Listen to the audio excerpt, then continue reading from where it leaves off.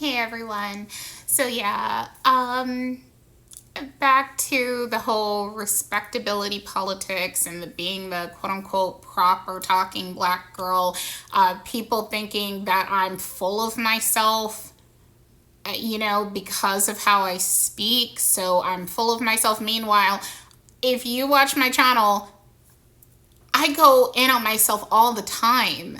Like I've had people, they can't figure out, does she have low self-esteem or does she think her shit doesn't stink?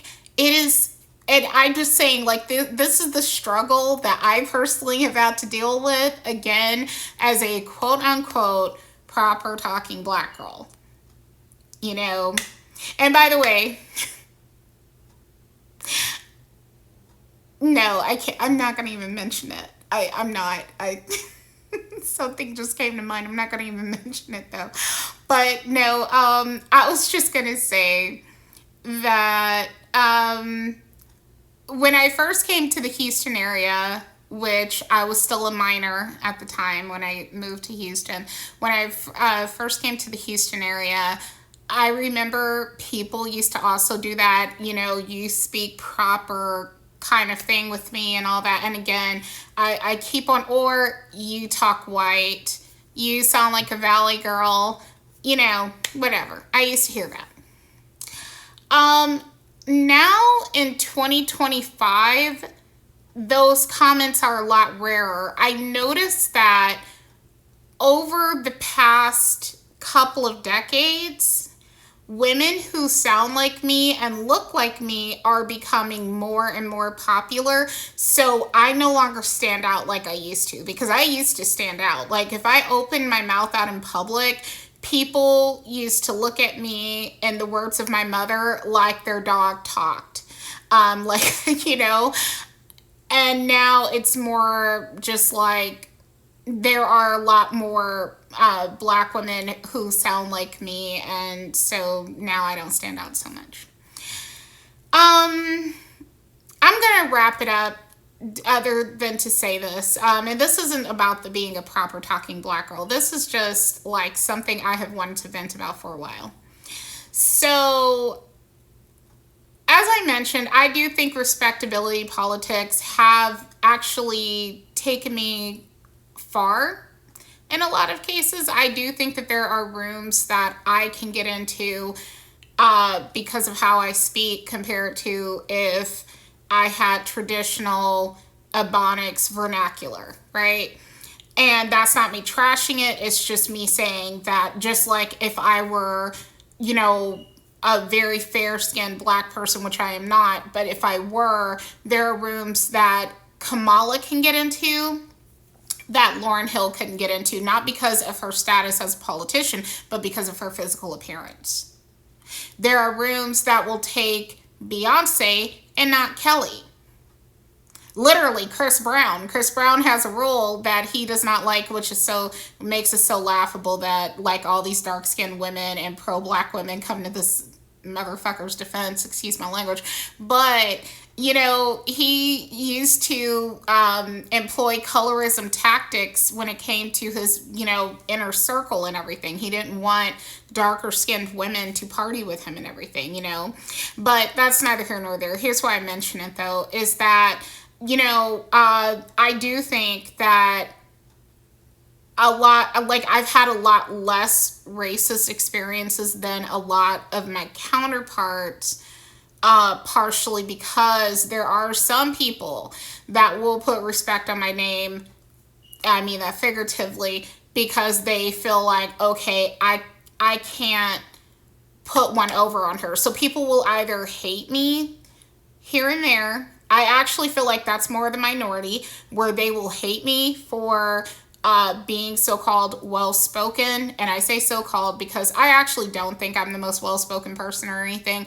But again, I kind of lack a traditional Ebonics accent, according to a lot of people. So that's perceived to be quote-unquote well-spoken, whatever, But either way it goes, so respectability politics have, like, I feel protected me from a lot of stuff, but obviously it cannot protect me from everything.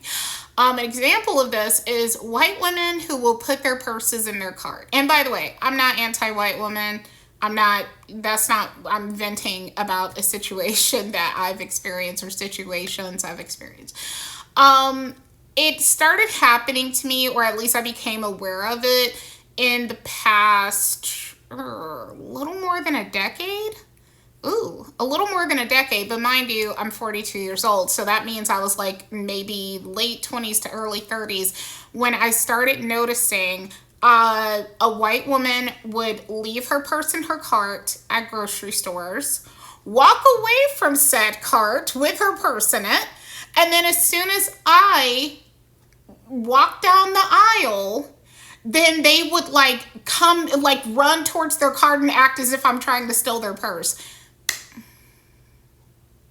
And this has happened to my mother too, and we've like commiserated over this. Like, what are these women's problems? My mom is under the impression that they do this to make themselves feel important and everything, and try to ruin someone else's day because it's so disrespectful and unnecessary. Ma'am, I don't want your shit.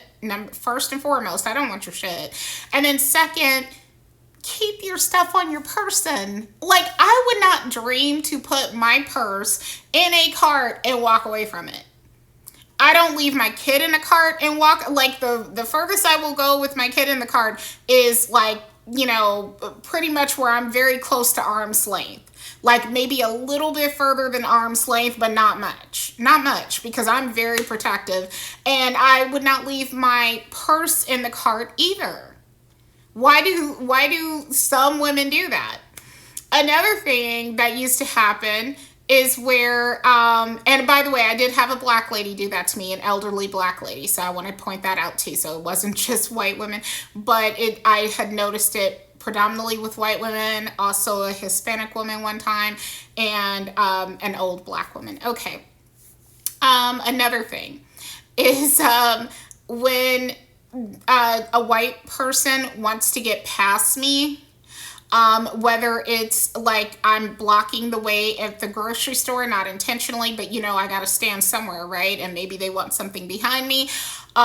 Or one time I was walking around the Herman Park area in Houston, Texas, and this woman nearly bowled me over instead of simply saying, excuse me. Now, recently I have had a couple of white women, I'm pretty sure it's been two, who have said, excuse me, when they wanted to reach for something, and I almost gave them a hug because I'm like, you actually employed manners with me? Like, what? Because like I said, I know that this isn't just me, because I've had other black people say the same thing. And you know, of like where someone will do anything other than say, excuse me, pardon me, may I get over here, whatever, pardon me, may I get by, or something. They don't want to say it, and I don't understand why. And if there's somebody who can answer that legitimately, please, in the comments, I'm here, because it is weird. And let me see, interracial dating. I'm gonna say this if I have time. In my experience, the main people who have had a problem with me dating outside of my race are white women who resented that I was with a white man. I'm not kidding. You know, I was taught, oh no, it's only black women. Nope. White women don't like that shit either. That's one. And if you want proof, look at the Meghan Markle situation, okay? That's all I got to tell you. Number two, though, is black men. You know, and by the way, my next video is going to be about black men, because in one of my last videos, I had someone who I'm guessing is black man who said that I hate black men, and, you know, that I had a quote-unquote half-white baby and all that, and I kind of want to talk about that. So anyway, thanks for watching. Take care. Bye.